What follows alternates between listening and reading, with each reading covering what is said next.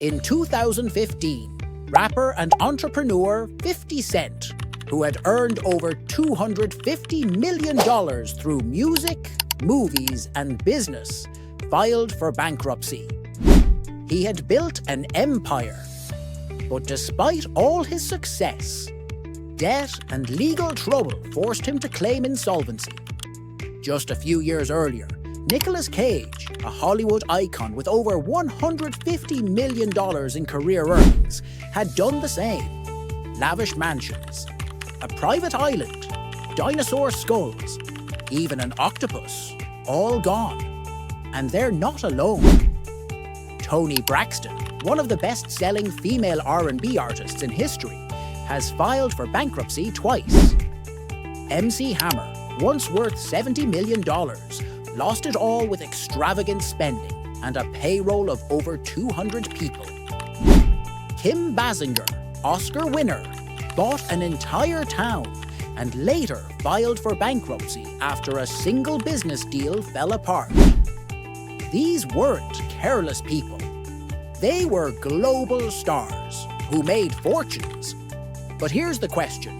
If even they, with all their millions, could lose it all, what chance does the average person have? Because most of us are chasing money, working hard, pushing through stress, hoping that more income will finally fix it. But the truth is, the problem isn't income, it's behavior. Financial freedom isn't about what you earn. It's about what you do with what you earn. Let that sink in. Right now, Americans are carrying the highest credit card debt in history. And across the UK, household debt is climbing to record-breaking levels. So, what's going wrong? This isn't just about national trends. It's personal. It's your relationship with money.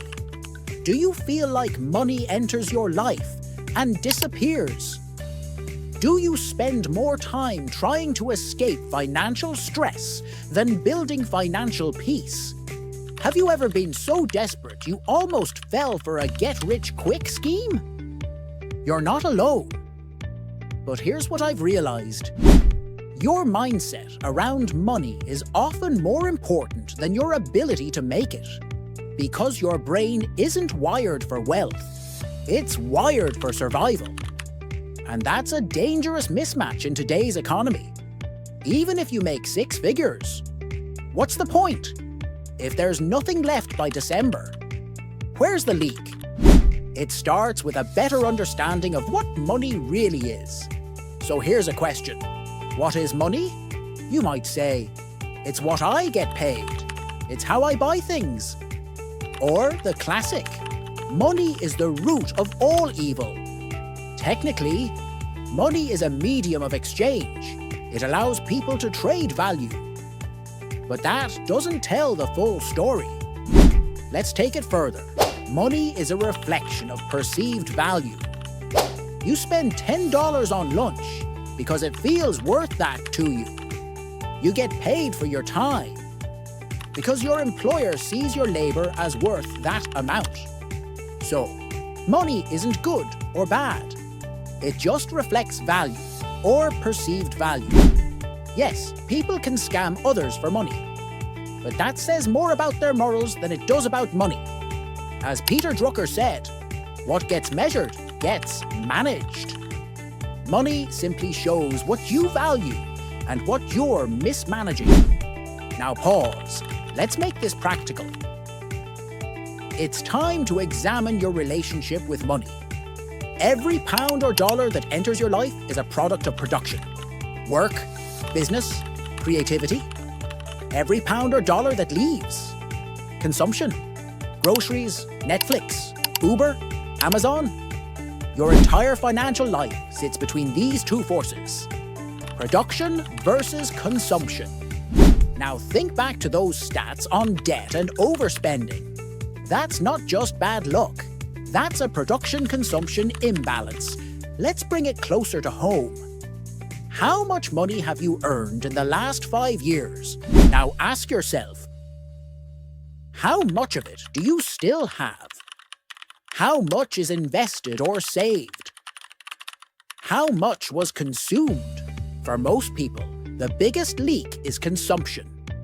A career builder study found that 78% of Americans were living paycheck to paycheck. But the twist?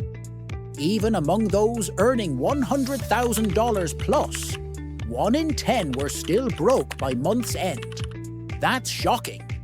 If you're making more than average but still struggling, the issue is not how much you make, it's how much you keep. Even celebrities can't out-earn bad financial habits. So let's talk about the real rat race. It's not just a 9-to-5 job, it's living on the edge.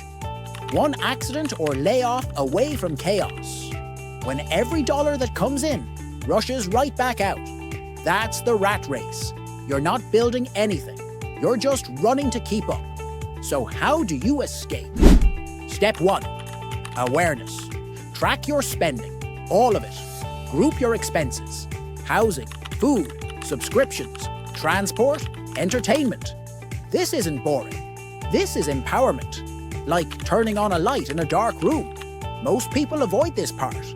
It's called the ostrich effect, the tendency to ignore financial problems out of fear. You know the feeling. After a shopping spree, avoiding your bank app like it's cursed. But facing it is the first step to freedom. Step 2. Budgeting. No, not punishment. Planning. A budget tells your money where to go, instead of wondering where it went. It helps you live below your means and build a gap between income and expenses. Before investing, you need one more thing. An emergency fund, 3 to 6 months of expenses. Your financial life jacket. Why don't most people live below their means? Because of cognitive traps. Hyperbolic discounting. Choosing short-term pleasure over long-term reward. Social proof. Copying others, even when it leads to debt. Lifestyle inflation. Spending more just because you earn more. And of course, keeping up with the Joneses. Except now the Joneses live on your phone. They post cars, watches, vacations, and you scroll and feel behind. That's not freedom, that's pressure. Now let's shift to production. Talking about making money is fun. But remember, if your consumption is broken, more income will only amplify the problem. But once you fix your spending behavior, yes, income matters. Let's go back to 50 Cent. He didn't stay bankrupt, he rebuilt. Through production, media deals, brand licensing, and smarter investments. He learned to scale his value. Many personal finance voices, like Dave Ramsey, Ramit Sethi, and the FIRE movement, preach frugality, saving, and long-term investing. And they're right. But let's be honest, Dave Ramsey doesn't build wealth by skipping lattes. He runs a multi-million-dollar business. Finance YouTubers don't retire by clipping coupons. They produce content at scale. Production equals creating value for others at scale. That might be YouTube. It might be a course, a business, a side hustle. It might be something only you can offer the world. To summarize, track your spending. Create a realistic budget. Build your emergency fund. Control your consumption. Increase your production. Whatever that looks like for you.